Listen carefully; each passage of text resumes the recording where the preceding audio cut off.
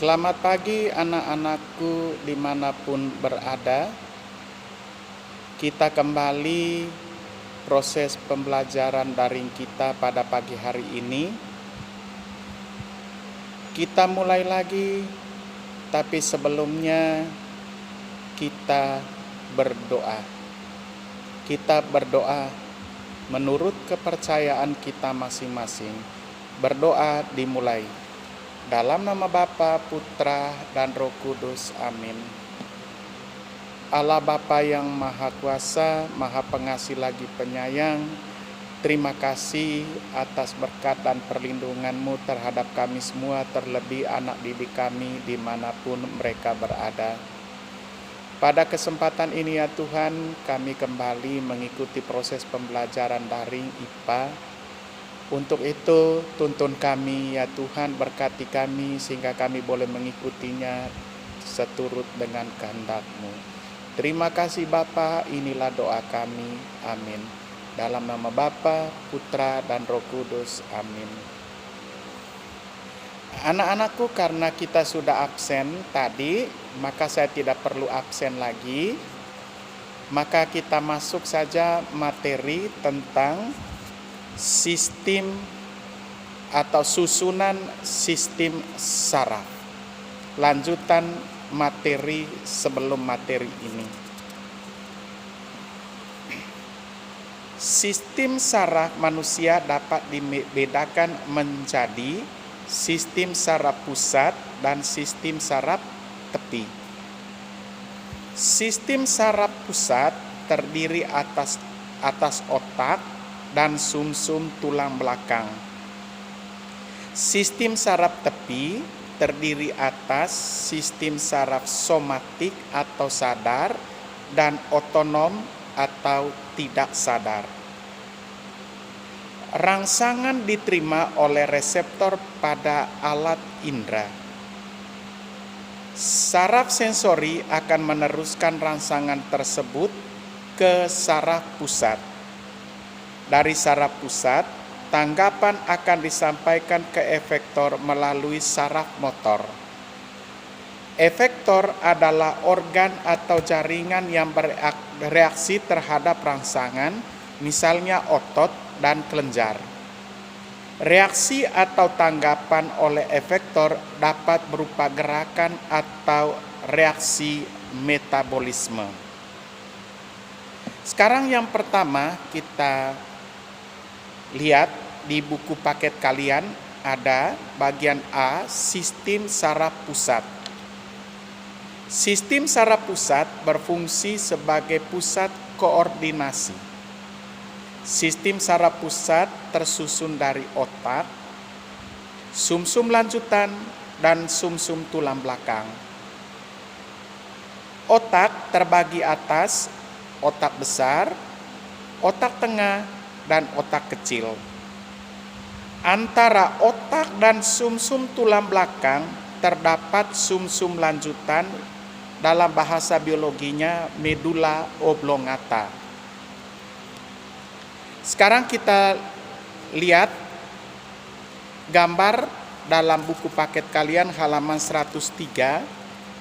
Di situ ada gambar otak, ya. Tadi ada 3 otak, yaitu otak besar, otak tengah, dan otak kecil. Ya, di situ ada gambar otak besar, otak tengah, dan otak kecil. Sekarang kita lihat otak besar, dalam bahasa biologinya cerebrum. Otak besar ini terdiri atas belahan kiri dan belahan kanan. Belahan kiri mengatur tubuh bagian kanan, sebaliknya belahan kanan mengatur tubuh bagian kiri. Otak besar terdiri atas lapisan luar, korteks, dan lapisan dalam, medula. Otak besar berfungsi sebagai pusat pengendali berbagai aktivitas tubuh yang disadari, yaitu berpikir, kemauan, ingatan, mendengar, membau, bergerak, dan melihat.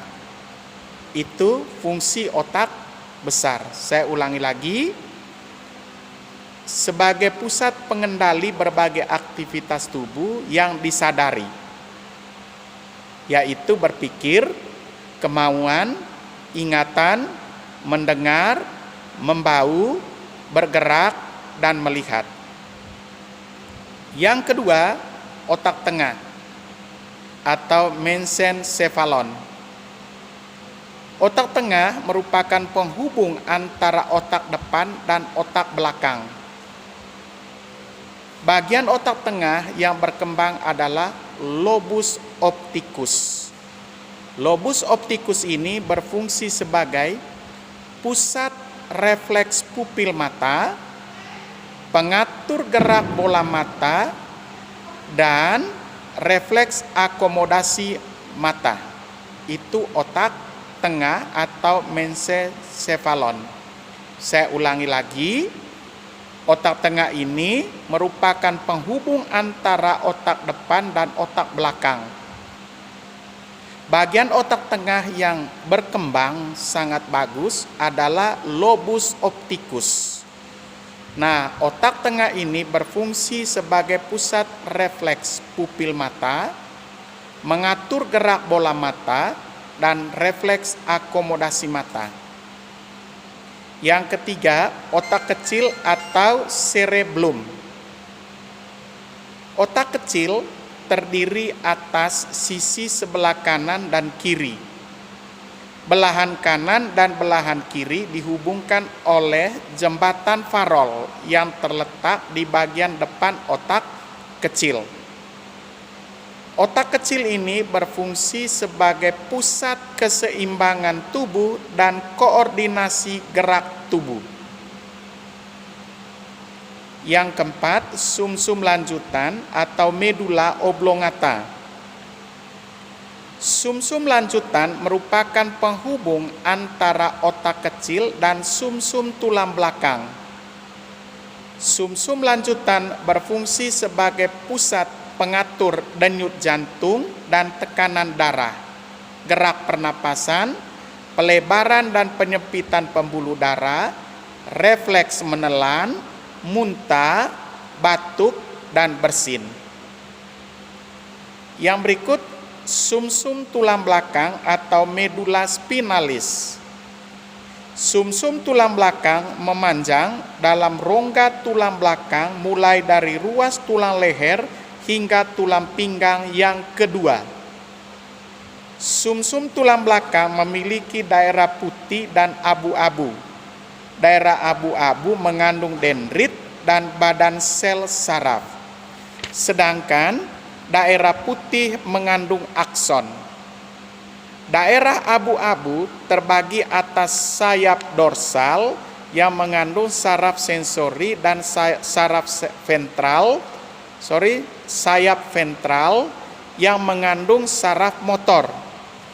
Sumsum tulang belakang berfungsi untuk meneruskan jalannya impuls dari dan menuju otak serta pusat gerak refleks.